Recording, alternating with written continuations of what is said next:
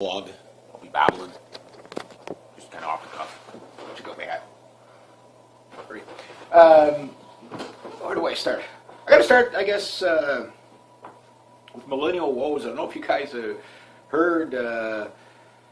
He put a video up saying that he's kind of a millennial fugitive or whatever, or fugitive woes or whatever, and his channel is, and it'd be the last posting of videos that he'll be doing for a while, that he's kind of gone and run and hid because, I don't know, until he tells us what the story is, that something along the lines of reporters and stuff like that all accusing him of racism and stuff like that. And I guess because the UK has different hate speech laws, once you get tarred and feathered by the mainstream media like that, and they, they'll take whatever you say and spin it, right? Or edit it, 5-second sound bites or whatever to make you look like you're the one that's doing the wrong, right? So rather than challenge you on the open field of ideas. So that said, you can go to jail for having an opinion. And I strangely enough, made a video yesterday about that, and it should probably actually be coming out. I don't know if it's coming out today or tomorrow. I can't remember when I released it, set it up for release. But anyway, this is exactly what I was talking about. When people have to fear what they say. Now, I'm not against people challenging millennial woes ideas, or anybody's ideas. In fact, that's what I encourage. But when you see, this is the, people always wonder how, like, communism and, people ended up in concentration camps and ditches and, Pol Pot, Joseph Stalin, Hitler, Mao Zedong, Genghis Yagoda, the whole works of them. They wonder how they get into the, how these countries get like that. Well, first off, you have to have people just following orders to enforce all this stuff. But it all starts with these overly virtue-signaling do-gooders at the top saying that if we just do it our way, you're too stupid to think for yourself, we'll think for you, but if we just do it our way, we'll have a utopia.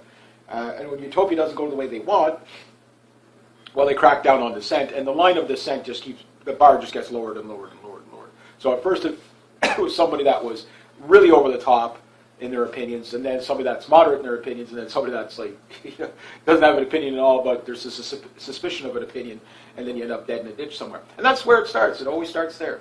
And if you look at the history of the UK, that's not something that hasn't happened in their past. Speak out against the king or the queen, 200 years ago, you'd be put to death, like that type of thing.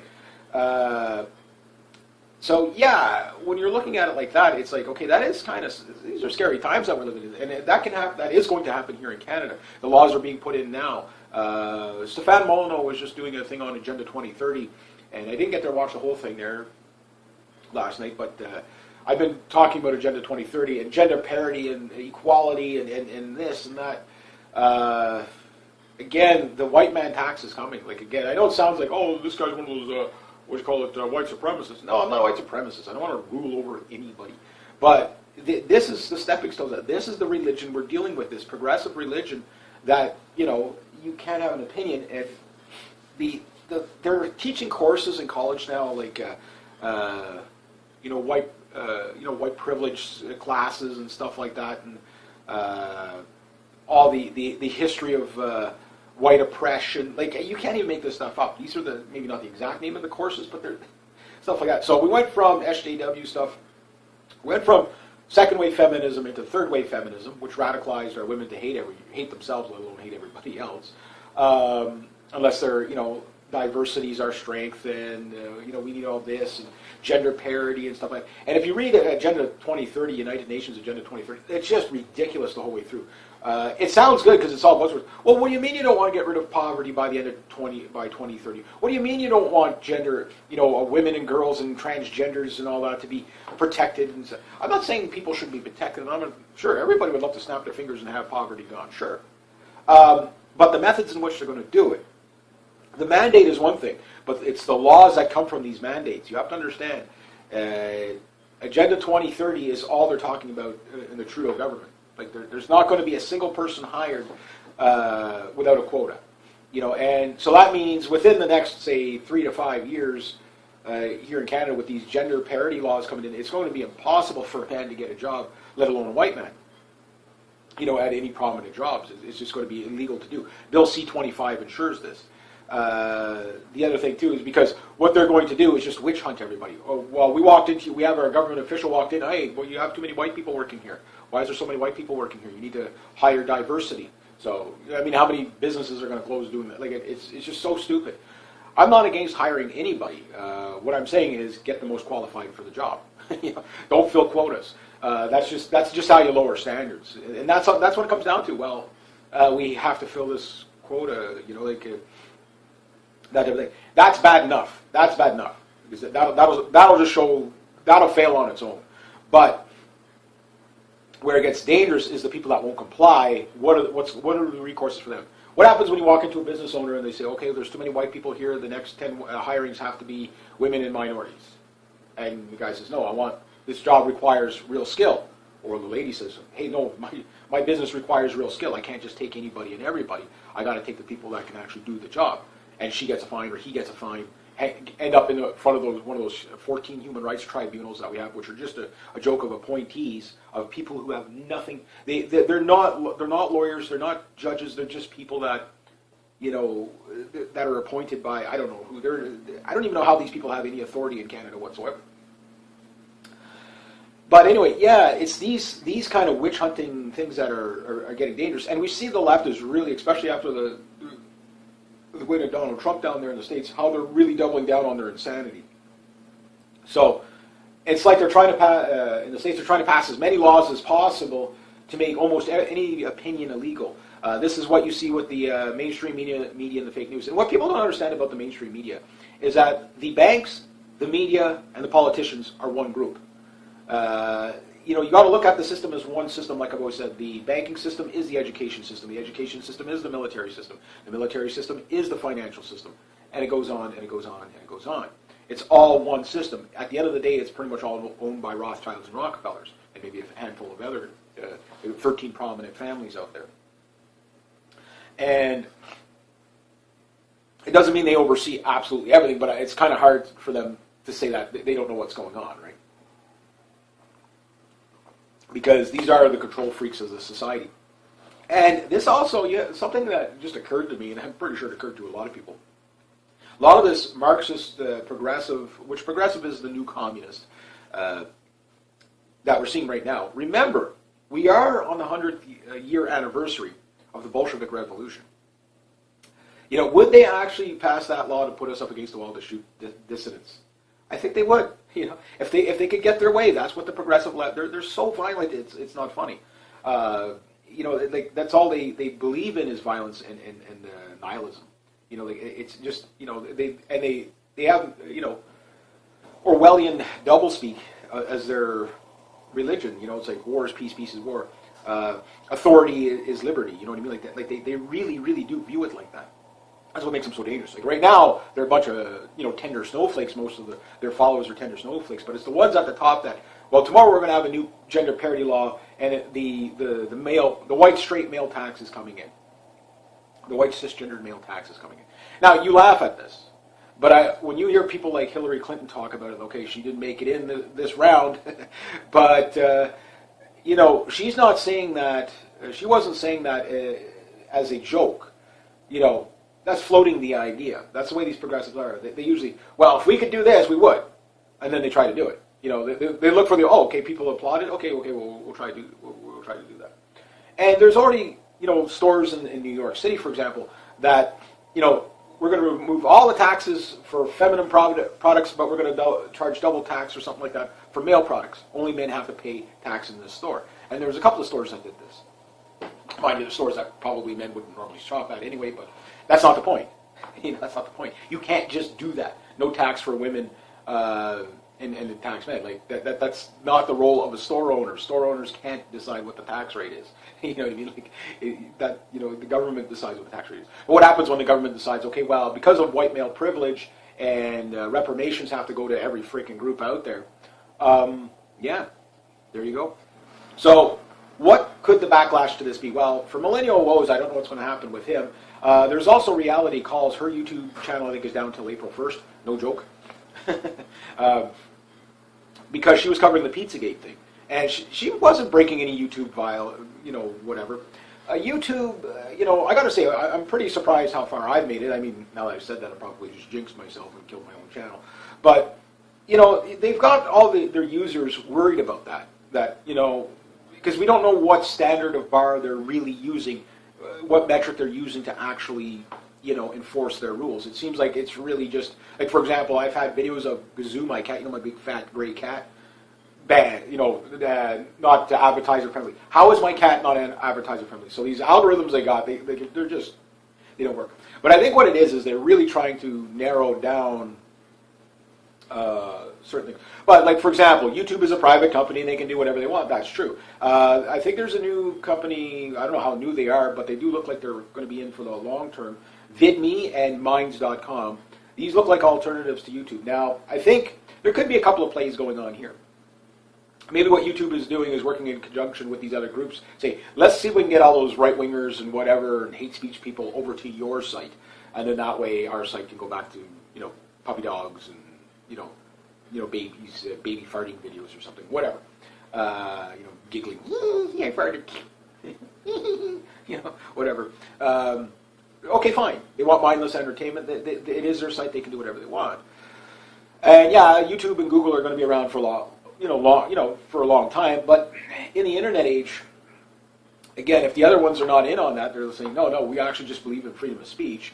And I've never used VidMe, but I've heard it seems like there's good things about it.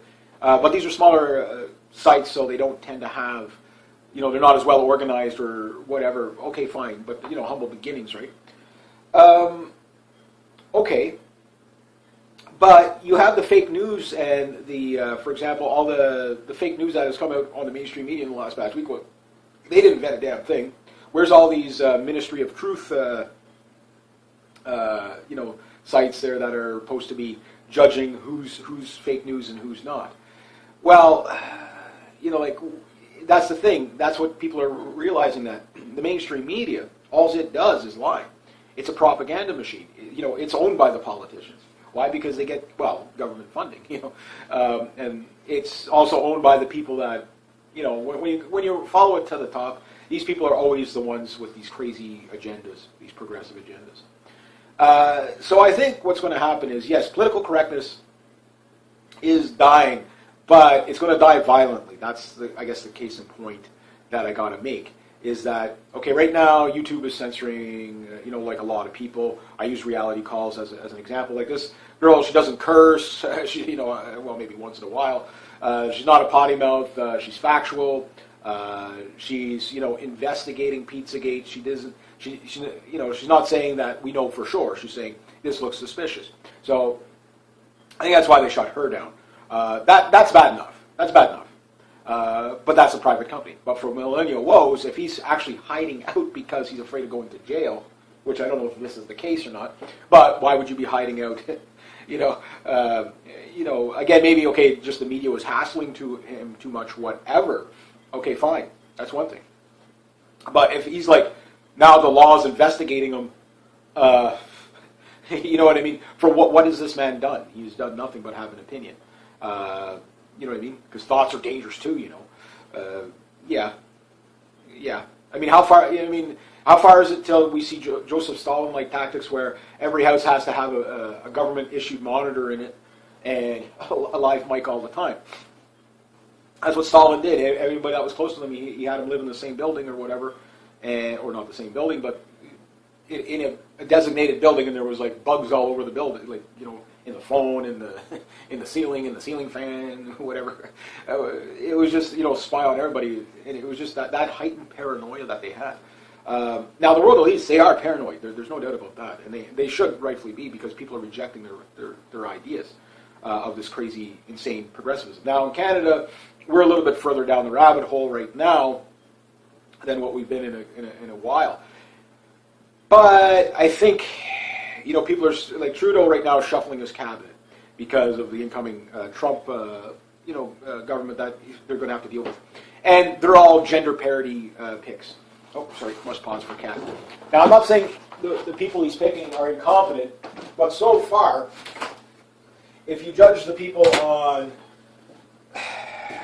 how well they're doing their jobs, they're not doing their jobs very well. So, Which I think it's more racist and more sexist to actually use gender parity to fill jobs than anything. I think that's like the hypocrisy is like you're saying that we're going to fill this job because we don't think they've got what it takes to compete. You know what I mean? Like that's just the thing. Like Trump's got women in his cabinet. Mostly it's all white men, sure, okay, people point that out. But look at the people he's got, top of their field and everything, whether you like the person or not. Like, I mean, again, who isn't worried about the Goldman Sachs people that he's surrounding himself with? But one thing, they know the system. Like, they're not incompetent people. They might be questionable whether, they're moral or not, but we'll only know until we judge them by their actions. But if they're going to make a decision to do something, they know how to do it. Where you watch the Liberal Party, a lot of Trudeau's picks, this 50-50 gender parity thing, that's because the United Nations has told them that, because the real Prime Minister of Canada is George Soros. When you look at it. John McClellan, I get fan George, I hate that guy. God, I hate that guy. He's so annoying. That type of thing. And it shows you that if people understand that Canada is being taken over by the United Nations, well, it's been taken over by the United Nations for a long time. But the idea is to destroy the sovereignty and the nationalism of the country. Now, they're pandering to the natives now, but give it a generation, by the year 2030, all the minorities will be able to vote all the rights of and treaties away from the natives. It's whatever, because it's like, well, we have to get rid of the treaties because we need to help the minorities everywhere, and we need to take that money and do whatever, which there'll be hell to pay for that. There's no doubt about that. So a lot of native groups right now are very open and warm towards Trudeau, but they're slowly starting to come out of the ether of, okay, well, this guy really isn't doing what he said he was going to do for us, that type of thing. And they're slowly coming out of the ether of it. They didn't like the Harper government very much on a lot of issues, but I think they were treated better under the Harper government in a lot of ways. Maybe not perfectly. You can't always get what you want. And the treaties have changed since they were signed. There's no doubt about that. But on the other hand, it's like kind of one of those things when you're looking at it, okay, fair enough. He's doing, a few good things here and there, but on the whole, the quality of life for natives is going down, it's not going up. The quality of life for every Canadian is going down, not going up. Maybe a handful of extreme rich at the top. And even these gender parity things, sure, okay, you give some girl this job in the government, and the government is getting bigger and bigger and bigger under the truth. And I remember the NDP was also talking about, we would love to see every person have a government job. Of course they would love that, because it would be complete control over that's why they hate private business, stuff like that. They don't want that kind of dissent. But the only way they can get to that is, because I think a lot of people are waking up that all this free stuff that gets promised to you by these governments is really a scam, it's a sham, it really isn't what they say it is. And it's not sustainable. Like Trudeau, the finance minister, not finance minister, but a finance department, one of their not nonpartisan parts of the government, or supposed to be nonpartisan, like the CBC nonpartisan, came out the other day. They had to admit this on the CBC. I'm sure that hurt. But anyway, they were going about Justin Trudeau's, $30 billion in deficit in the first year, when we're supposed to have like $40 billion in deficit in 4 years and balance the budget in the third year. Well, first year in, a little over the first year in, we're $30 billion in deficit. The Liberals, on their own admission, maybe created 100 government jobs, which means less sustainable. There's almost no job growth whatsoever in Canada. This spring is going to be just devastation. I think this is going to be just, the fall is going to kill us. And then with whatever Trump is going to decide on NAFTA, it's going to be, and the appointee to take care of NAFTA is the same lady they got for the European deal, the TTIP or whatever. And I don't think that one's going to work out well for Canada. These big trade deals, like right now they're making NAFTA, oh my God, they're going to go after NAFTA. The amount of uproar when NAFTA came in under Brian Mulroney is what got Brian Mulroney unelected. And then of course, Crutchy never got rid of NAFTA. But it just shows you how they're all in it at the same time. Again, if there was ever time for a nationalist, Canadian first kind of party to start up, now's the time. And some people have been contacting me, they like the idea. Like I know I could never be the frontman of it, but I definitely got lots of ideas to contribute to it. And the way I would plan it out to kind of save the country would be, first off, how do we balance the budget? Cutting foreign stuff first. If we could balance the budget on just cutting the foreign aid, just to balance it, then we could take the surgical knife to it little bits at a time, slowly shrink down government so we're not putting everybody out of work and causing a massive depression overnight. Although it would be nice to fire a lot of government employees that are not needed. But the best way is to deregulate slowly. And it's easier to run no regulation than it is to run a whole bunch of regulations. Things, for example, to deregulate the bureaucracy of for farmers and for small business owners. Shrink down those taxes so they can hire more people. Get rid of the minimum wages and install a fair wage system of mandatory profit sharing. So, okay, you can pay your employee whatever you want. If you don't pay enough, no one's going to be hired. Get rid of the mass immigration. We need to stop. We can't. And because if we stop the mass immigration, it's more sustainable. Why? Because then we're not inflating the size of our cities. That requires all this infrastructure building, make work projects. We could just make work projects out of just maintaining what we got. I mean, we got dilapidated bridges and roads all over the place. I live in Quebec.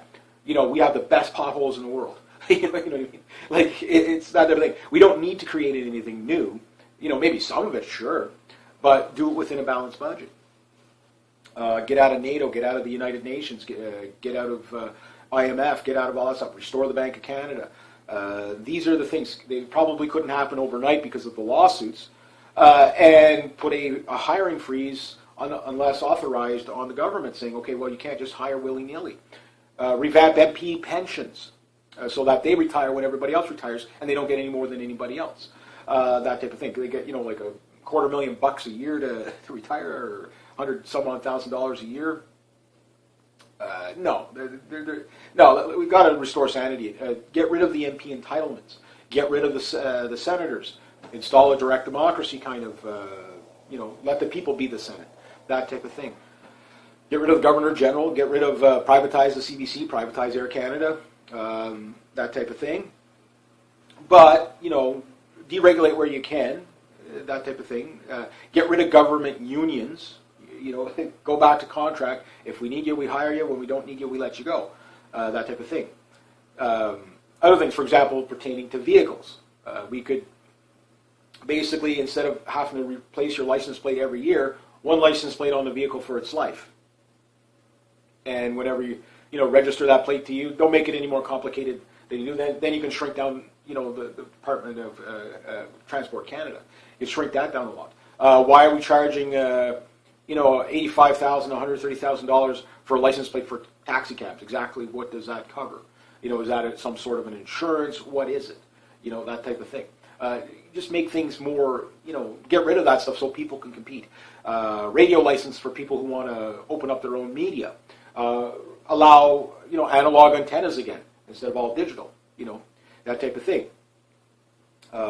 Allow, instead of having an $18,000 to $36,000 radio license, allow people to just be able to, okay, here your government isn't going to help you for that. That'll be a free enterprise, but, you want to run a radio station, all that type. And then, of course, get rid of gender parity, get rid of work equity, which you call affirmative action in the States. Get rid of those things. Just get rid of them. Standards only. If you're qualified, there's a reason why I'm not a firefighter, because I can't make the grade. There's a reason why I'm not an astrophysicist, because they don't make the grade. So that type of thing, I'm not going to expect a law to change for me to be able to get that just because I'm a tender snowflake and I'm special and I need a participation award. No. Like I said before, participation awards, cause brain damage. Right, Missy?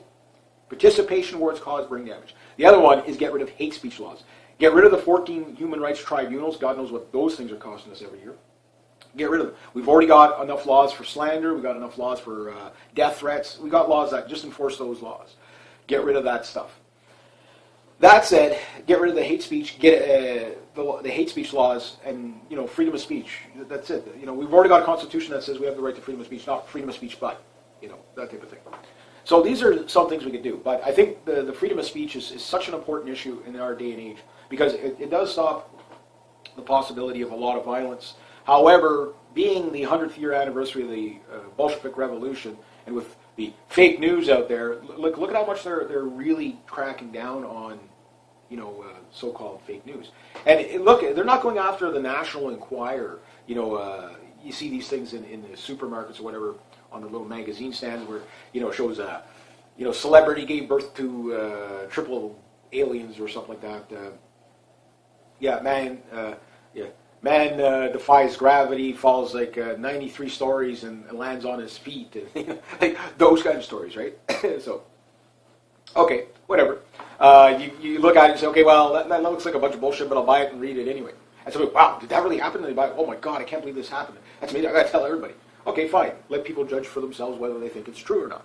But what the government is telling you right now, because of fake news, we can't risk people thinking for themselves because they're not going to be smart enough to know to vet this, and it's just bullshit. That's just bullshit. And it really does set a scary precedence when you know how crazy these people are, especially considering it's 2017 and what happened 100 years ago with the Bolshevik Revolution. And they started with the same thing, banning of freedom of speech. That's where it always starts. So right now, it's illegal to say certain things. You can't say this, you can't say that, because we can't have hate in our country, we can't have an ounce of it. But what is hate? Where's that line? Where's that bar lowered to? You know what I mean? And it seems like they keep lowering the bar. So it goes from hate speech to punishable by fines, and then if you're not, if you're using what you call it,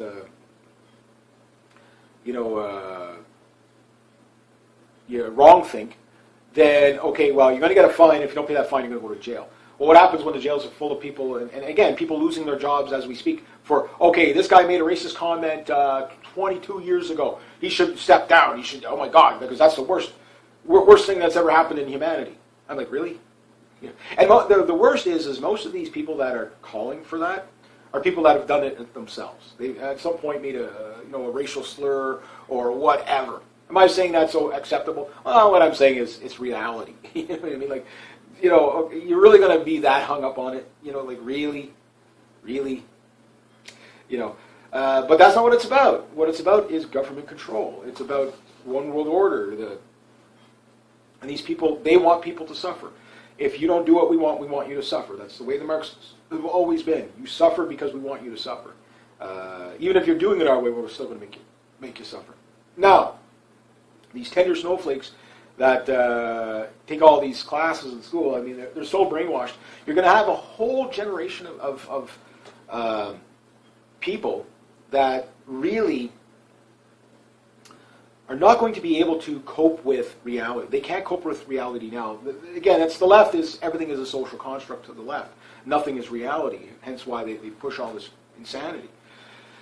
And the thing is some of them will wake up out of it, but there's a lot that won't. And I mean, those people, dare I say this, but they are victims of their own ideology, because they're so religiously convinced. And progressivism is a religion. It's a brainwashing religion, like most religions.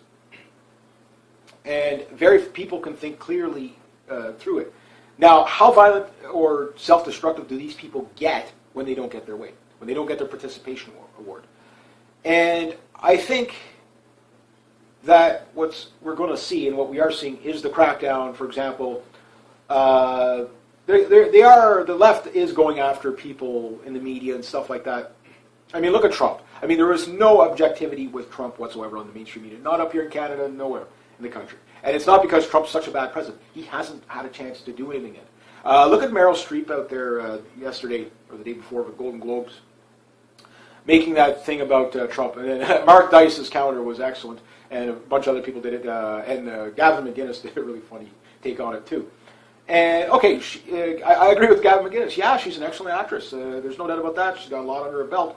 But there's even Ramsey Paul was saying, he goes, the problem is that you sit there, you're sitting there trying to relate to the common person, but you can't. You basically never worked a hard day in your life. He talked about his time working as a dishwasher. Trust me, I know what that's like, working in, miserable jobs I've done. Dishwasher. Working in industrial kitchen application where you put on the suit and you got the big hose and you go in the room where the big pots are. I've done that. That's messy. Done them by hands. Done them. If you work in a fast food restaurant or just a little line cook type of thing, that's nasty work. And that's the more easier jobs I've done. Ditch digging. Literally, I've been a ditch digger. Stones this freaking big. Those are the stones of victory. The stones of triumph were this big. You know what I mean? And, you have to remove them via sledgehammer, crowbar, again, like digging through gravel with a pick and shovel. Nasty, nasty work in 40-degree weather. Like, okay, can you relate to that at your $48 million worth? I don't think so. So, don't try to talk down to people. So she's out there saying Trump, oh my God, he did something so horrible with that. Trump does that. It's his mannerism. Whenever he makes fun of something, he just goes, oh, he does that. And Mark Dice showed 20 different times where he does that. So he wasn't making fun of that reporter. He was. It's his quirk. You know what I mean? But it's amazing these people can't observe that. They see only what they want to see, right? And how am I doing for time?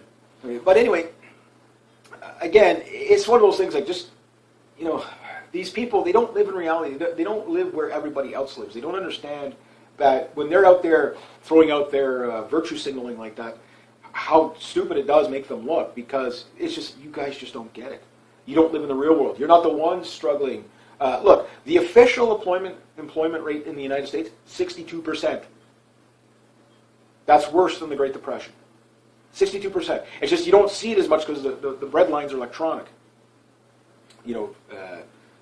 Food stamps, that type of thing, and welfare. So you've got 62% of your population, working population, that's trying to float the other 38, plus their kids and whatever, the retirees and all that. There's a major crisis there. That should be focused on. Not, oh my God, somebody said this or somebody said that. And that's the big smoke and mirror about the fake news. It is a distraction. At the end of the day, it is a distraction. It keeps you from paying attention to, the corruptness of Goldman Sachs and the Federal Reserve.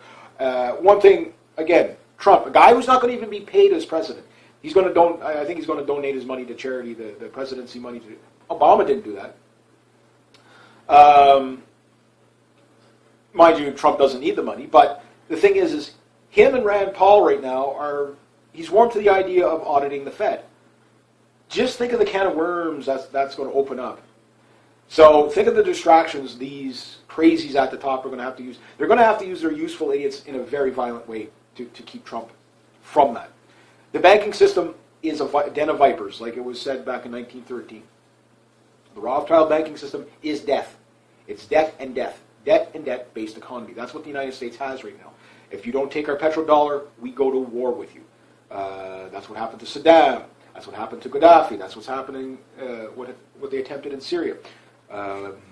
Over there in Ukraine is a little bit different, but at the end of the day, it's all the same players, the petrodollar. And people are uneducated on that. Why? Because they're taking unique snowflake gender studies and stuff like that. Stuff that gets them absolutely nowhere in life. I was listening to a student, and this kind of gave me a spark of hope. Because one thing about the kids these days, you want to show your age, say the kids these days. Right, Missy? The kids these days. Round. Hey, round. She's just like, shut up and pet me. You have to work for my affection. Work for it. Work for it. See who's boss here? Anyway, yeah, it's like cat mind control. Yeah. Thank you. But anyway, I'm watching this student. It's one of those SJWs versus logic type of thing, and I can't remember the name of the channel. I catch the highlight. It's just like a highlight reel of like just bashing either progressives or feminists. But there was this young lad. I guess he would be 13, 14 years old, whatever, maybe 15, whatever age he was at, sitting there discussing the gender wage gap that that Obama and Trudeau and all these progressives put out. And women believe this. Women believe this. Not all women. Once they look into it, they're like, oh my God, that's such bullshit. Okay, so for every $1 a man makes, a woman makes 70 cents. Which, on average, okay. At one point it was like 80-some cents. But right now it's about 70 cents. Which is true. So is there a pay gap? Yeah, there's a pay gap in that sense. Now, what the feminists and the SJWs want to do, and this is where banning of freedom of speech is, you can't challenge that. Now, even Milo Yiannopoulos is out there, he goes, no real-world economist is ever going to accept that. There's none of them saying this. This is a feminist narrative. And he's right. Here's what the young lad was saying. And I was like, it warmed my heart. It's like, oh my God, we got a live one in there. Somebody with a functioning brain. And he's arguing with a teacher. And the teacher, I don't know the age of the teacher. You can't see the teacher. But I'm like, oh my God. And this teacher was such cognitive dissonance. And basically, he's in the subversion program, which we talk about, Soviet-style ideological subversion, which doesn't mean the Soviets are doing it, but if you understand that, you will see it everywhere. You'll see the Hegelian dialectic, problem, reaction, solution, rules for radicals, Solinsky's rules for radicals. You'll see that everywhere. And of course, the way to implement all this stuff is Soviet-style ideological subversion. Now, when you understand what they do is they elevate a person into power that has radical ideas. And they basically give birth to this radical party. And then what they do is they use the system to take this, to quail dissent. We call them useful idiots. So somebody speaks out against it, and you can see it. This kid is basically, this kid's like in the viper den. He's sitting there, he's a lamb in a den of lions with a sword and a shield. He's just there, no, I'm going to take the ridicule. And he's trying to explain to the teacher that there is no wage-gender gap. It doesn't exist. It's manipulated. So he missed a few arguments, but he was, I would say, 95% on the ball. The first argument that you make is, okay, men work on average 41 hours a week. Women work on an average 32 hours a week. Okay? So obviously if you work more hours at the same job, equal pay for the equal work. Well, that's the thing. If you're making, we'll just say $10 an hour as an example, and you're working 41 hours a week at $10 an hour, or working 32 hours a week at $10 an hour, what's going to pay more? The 41 hours. The feminists can't. The progressives can't add anyway, so they don't understand. No, but I should get more because I'm special. Participation awards do cause brain damage. I'm not getting you on that. But anyway, so that's one thing. So if you find any job right now that actually hires a woman for the same job at a less wage than a guy hiring, let's say both start on the same day. I'm not talking about people who've been there for, like, for example, if I'm a guy and I start a job somewhere, okay, and the base is $10 an hour, and there's a woman that's been there for a couple of years and she's making 14. Well, I'm not going to say, well, that's not fair. Well, no, she's put in time, she's gotten raises, whatever. No one's going to complain about that. Now, that said, areas where women make more money is in office buildings. If you go into almost any office building downtown, in downtown Ottawa, which is about 100 clicks from here, office buildings is just full of women. It's just full of women. Why? Because that's the jobs they pursue. They like that office environment. But those jobs, a lot of time, they're clerical jobs. They don't really pay that well. Now, again, so should a secretary, who might be getting, say, $10, $15 an hour, okay, that's not really producing much. It depends on, like, if it's a secretary, for example. I knew this one secretary. She started off as a switchboard operator. Remember the old switchboard operators? My mom did that for a few years or whatever. My cousin, she started off as a switchboard operator. Now she's like really high up in Bell. She makes good money, really good money. Why? She's put in her dues. She's very confident. She knows the whole system. There's nothing that she even works from home. She's like, she works for Bell, but she works from home. And she's like, yeah, well, I'm pretty much a manager. You know what I mean? So she's not making the secretary that which is the girl answering the phone, whatever, is not making what she's making. I mean, she's making a shitload more than the other girl, for sure. Why? Because she's qualified. She's got experience. She's got this. She's got all that. Okay, that's an apples to apples comparison. Okay, but now let's just do something a little bit an apples to orange comparison. So you got your secretary out there making $10 an hour. Now, if she's for a private company, let's say it's a big Fortune 500 company, and she's does more. Look, she does the filing. She does this. She does this, and she walks in the office. She goes, "How you doing today? Give me a raise or I'm fired, douchebag." Why? Because I do this, and if you don't appreciate me, they say, "See you later," and then 2 weeks later, well, I'll tell you what. Would you want to come back because the other 5 girls that we hired they can't do what you did. We now realize how stupid we were to have let you walk out. And she'd be like, okay, yeah, but I want $20 now. No way. Well, okay, well, $20 not going to happen. Well, I'm not coming back for less than that. Well, how about 15? No. Okay, meet me in the middle. 18. Okay, $18 an hour. There you go. Now that said, how many women will bargain like that? Not too many. That's another thing. So women are less likely to ask for raises. That's not on the patriarchy. That's on them. That's on the individual. If you don't ask for your raise, or haggle for your raise. And sometimes you got to haggle for your raise. I've had to do it a few times. And I'd be like, well, if you can't get a raise, I'm going to have to look for another job. It's like, well, we can't really give you a raise. Okay, all right, that's up to you. And then, all right, I'll be giving you my 2 weeks. Well, what do you mean you give me your 2 weeks? Well, I'm not making enough. Yeah, but okay, meet me in the middle. Okay, and then I get a raise. They were going to give me this much, and I get that much. Instead of that much. So you ask for that much, and you might get that much. I mean, be believable. Think of the job you're in the bracket range you're in.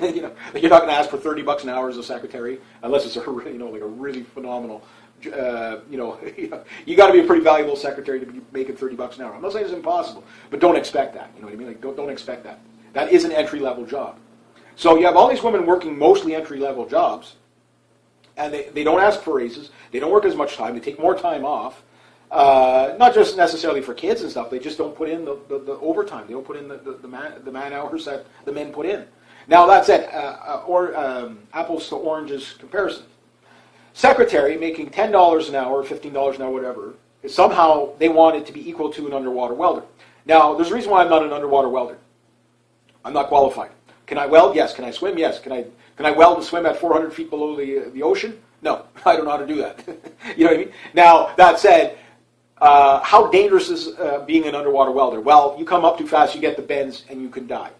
So not only do you get paid, but you're going to get... I've talked to underwater welders before. The Swedish guy, when I was in L.A., we were in the pool, and he was Swedish military, and he was one of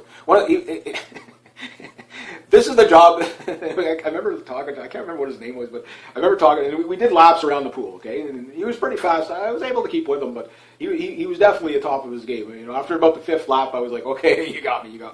But he was talking, he goes, yeah, I used to be in the Navy, and I was a diver, and I was the guy who would go and we'd set the charges on the bottom of the boat, swim away, and then it'd blow up. He said, sometimes it'd blow up before we get fired off and knock your mask off, and you go down to the bottom, ricochet off the rocks, and he come back up. He told me all kinds of stories. I was like, wow. I said, you must have got paid pretty well for that. He goes, not too bad. He goes, but he said, yeah, he says, it was a little too dangerous for me, so he says, I quit and I went into the private sector. So I said, what did you do? He goes, underwater welder. It's like, how's that any safer, right? But he's like, yeah, he goes, well, I get paid, I think he was getting paid something like $400 an hour. Literally, something like that. Hazard pay, this, I can't remember if he was married or not or whatever, but if he did, I'm sure his family would have been well taken care of. Oil riggers go down and do when the big pipe would come down, they'd weld the rig, and they'd go down sometimes they'd be down there for an hour, sometimes 45 minutes, sometimes 10 minutes at a time, and they'd come up to a certain level, and sometimes it'd take them a couple hours to come up. They'd have, that big underwater suit. So yeah, that guy's got some skills that not anybody can do. I can't imagine what an underwater welder maker makes now. Now, mind you, most of it's submarines and robotics, but sometimes when you need the man there, you need the man there. How many women do that job? Not too many. Why? Because people die at it. Lumberjacks. I know a couple of women that work in the bush, and I'm always surprised when I meet a girl that actually works in the bush, following trees and stuff. Like, I don't even do that shit. Why? It's too damn dangerous. I was talking to a girl, last weekend there, friend's girlfriend, and her the logs rolled on her knee, and crushed all that, and they had to kind of rebuild that on her a bit. She still could walk around, strangely enough, but yeah. And then her dad, I think, just snapped his ankle in the bush or whatever. Dangerous job, and it doesn't pay well enough either. That type of thing. But that kind of job, you rarely see women doing. Why? Because it's so physically demanding, and it's dangerous. So women don't go for jobs like that. Like, I mean, if we're talking about representation, okay, with gender parity. Okay, so you're saying that we're going to see 50%. Male, female, garbage truck, but that's not what they're asking. They want women CEOs. Okay, so the other thing about the wage gap, not going after those dangerous jobs, don't work as long hours, and they don't go after those fields. They don't go after the fields of that men go after. The odd one will, but there's always exceptions to the rule. We get that. But if women aren't even looking at going at those jobs in the first place, that's not men's fault. You know what I mean? That type of thing. But yet these feminists, they want to make you think that. Like, it's, what are you doing? Oh, poor cat's got an itch. Eh? Being attacked by something, eh? Poor girl. Yeah. Whatever's in your tail, you'll get it. Yeah. So it's kind of chasing her tail a bit there. Got a tick. Eh? Poor thing. Anyway, but you get the idea. It's like it's just like this kid was out there and he's trying to explain to the professor, no, but the professor's just in that he's in religious mode. It's like, sir, no, you're missing it. It's not because of white supremacy and male patriarchy that women aren't making more money. They don't go after the same jobs. They don't ask for raises on average. They don't work as long hours. They take more time off. They tend to go for more mediocre jobs. A teacher isn't going to get paid the same as an engineer, like a rocket engineer, like a rocketeer. Like they're not going to get paid like that. That said, in the medical field, women tend to be very representative there, particularly for nursing and stuff like that, or in the pharmaceuticals. They tend to be in there, but they tend to not enjoy it. Some do, some don't. And employers have to take that into consideration too. Like, okay, is this somebody who's just trying to make a name for themselves, or is this somebody who actually wants to work for the company? So when hiring, you're going to look at, okay, well, typically, is this person just going to come in and we're going to be looking for a new employee in 4 months? You know what I mean? Like that type of thing. They have to take that into consideration. But the thing is with United Nations Agenda 2030, they want to remove that decision making from the employer. That no, you can't. You have to fill this spot with somebody who we think who has the entitlement to it. And then that's it. But the nice thing is that the younger generation, they are online more, so they're probably coming across this stuff a lot more. I think a lot of the kids, yes, because they're propagandized so much on these issues, but there's a double-edged sword here. If you propagandize these kids so much on these issues, some of them, and probably a good majority of them, are going to, they're going to be rulers when they grow up. Why? Because they're going to be so much smarter than everybody else around them. They're going to learn that, I'll pass everything at school to make, to get through it. But I don't believe this stuff. Now, the females that do, the feminists that do, and the young girls that do, it makes sense why they do, why they believe this stuff, because it panders to them. Oh, that type of thing. But to a degree, it's like once they start to mature a little bit and understand that 2 + 2 don't make 5, that it makes 4, then they start to realize that, okay, well, this isn't really helping me. All this equality that they're giving to women actually downgrades women. It doesn't boost them up in any manner. And I think we're seeing the rejection of that. So this means the people that are having their ideology basically thrown back in their face saying, no, we don't believe this crazy crap that you guys are putting out.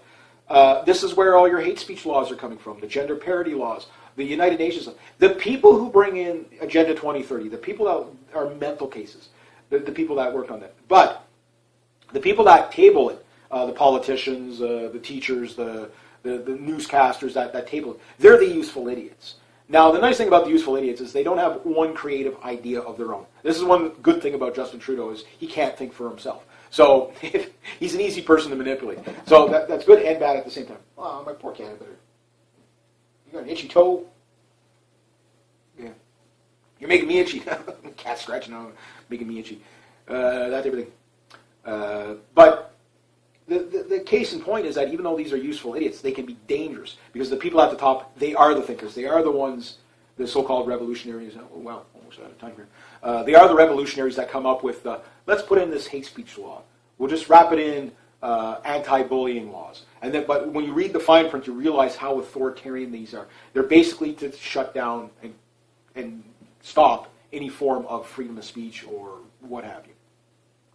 And when that starts failing, that's when you get your 1917 Bolshevik Revolution. So that said, we'll have to wait to see how crazy these people get. Again, I will be able to correctly name the year of 2017. Why will it be so crazy? Because it is 2017. So we've got a couple of 100-year anniversaries coming up. One is Kennedy's assassination, and one is the Bolshevik Revolution. And the people that pretty much come up with all these ideas follow the lineage of the people of the Bolshevik Revolution. It's again the Zionist, neocon Jews. Not all Jews are like that. I know that, and I know it comes off anti-Semite when I say that. But the ones that are at the top, these are the ones that are promoting this stuff. Just Steins and Bergs all the time. So you got to go right to the top to figure out where this madness is coming from, and that's where you attack. Never mind going after the SJWs. If you're lucky, have your bullet points like this kid did to argue against the SJWs. But understand, they are going to crack down on us much more violently. First comes fines, then comes jail time, then comes gulags, right? And then after that, the guillotines. or takes them out and shoots them. Yeah, they're using wrong thinking, whatever. But anyway, I guess I've done my babble for now. But it's just something that, when I saw that what millennial woes is going through. Again, freedom of speech doesn't mean you're free of criticism or ridicule. But what I think it means is you should at least be able to have the right to say what you want without losing your job, without getting a fine or going to jail. Just because you offend somebody doesn't mean government has the right to do this to you. And I think that's where we need to really put it to them. Don't put up with it. Don't put up with it. If you get a fine, don't pay it. I mean, whenever they come after me, I'll do the peaceful resistance. 3 waves of resistance. First resistance is the activism that I do now. Speak out against the stupidism. The second is martyr yourself as take the fines, take whatever, go to jail, whatever. Because again, how long are they really going to hold you as a political dissident? But you just show the system for what it is, would be worth it. And that's one thing. The third is when they do start rounding people up and shooting them and killing them and putting them in gulags or whatever, then violent resistance at that point is usually what is needed. Hopefully we won't get to that, but it is 2017. We'll have to wait and see what happens. So I think the best way is just attack the machinations and use honesty and truth. Take the ridicule, whatever they throw at you, because at this point, racist, bigot, xenophobe, homophobe, thisophobe, dataphobe doesn't matter anymore.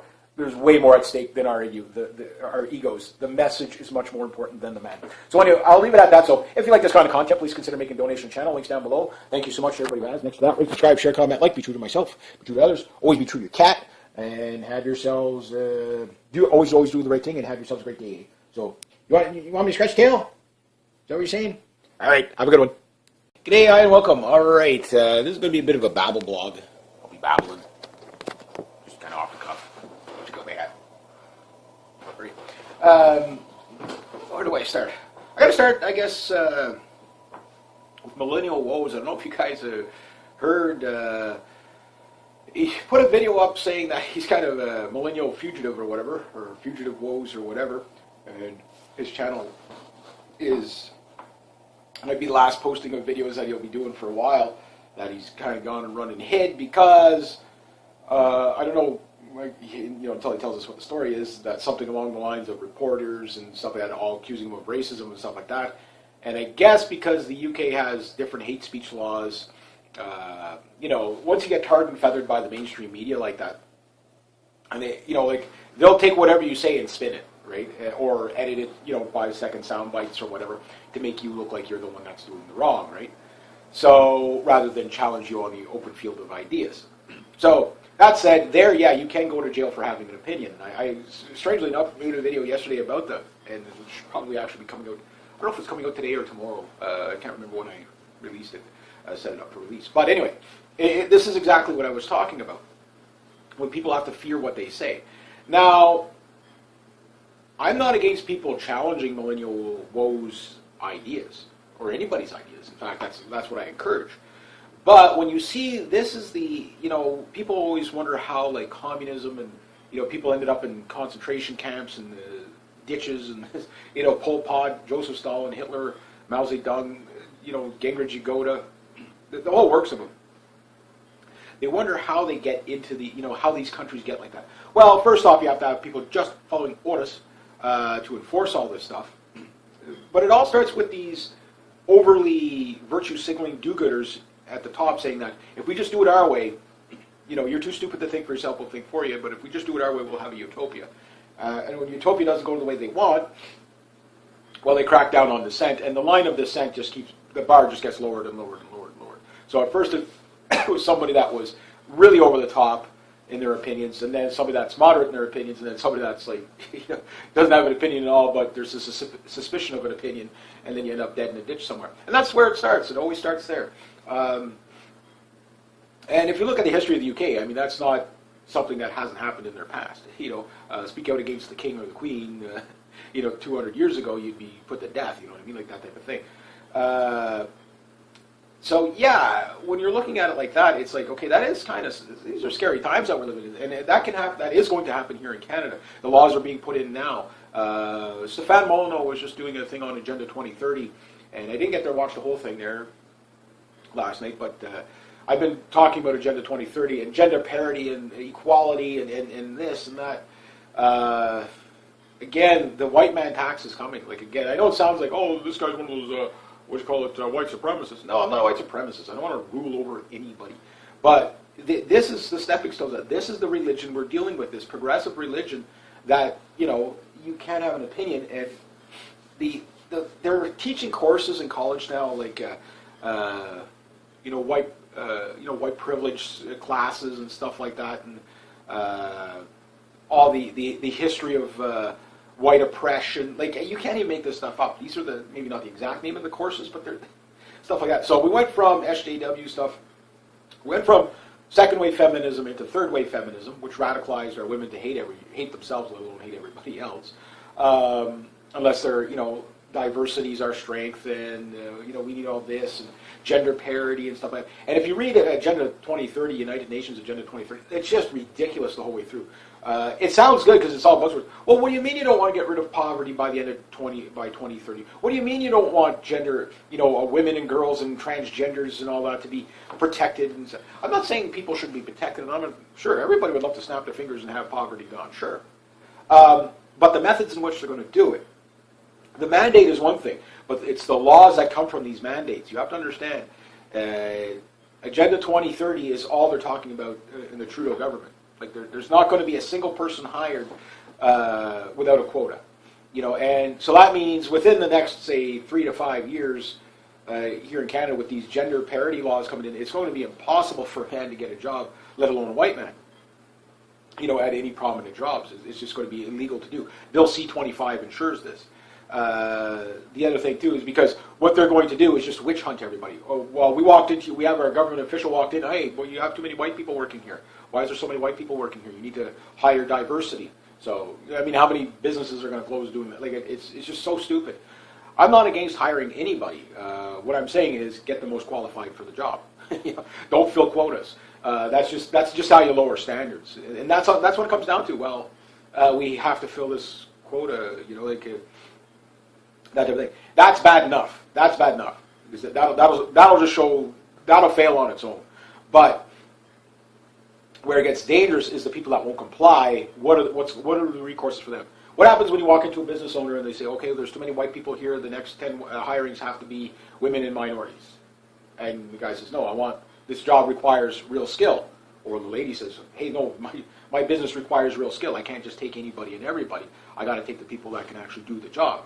And she gets a fine or he gets a fine, and end up in front of one of those 14 human rights tribunals that we have, which are just a joke of appointees of people who have nothing. They're not lawyers. They're not judges. They're just people that that are appointed by, I don't know who. I don't even know how these people have any authority in Canada whatsoever.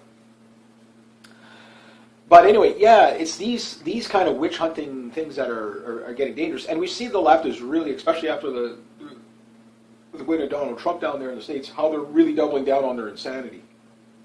So it's like they're trying to in the States, they're trying to pass as many laws as possible to make almost any opinion illegal. This is what you see with the mainstream media and the fake news. And what people don't understand about the mainstream media is that the banks, the media, and the politicians are one group.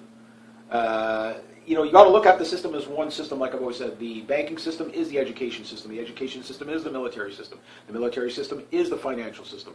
And it goes on, and it goes on, and it goes on.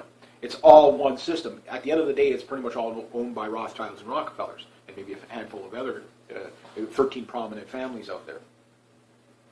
And it doesn't mean they oversee absolutely everything, but it's kind of hard for them to say that they don't know what's going on, right? Because these are the control freaks of the society. And this also, something that just occurred to me, and I'm pretty sure it occurred to a lot of people.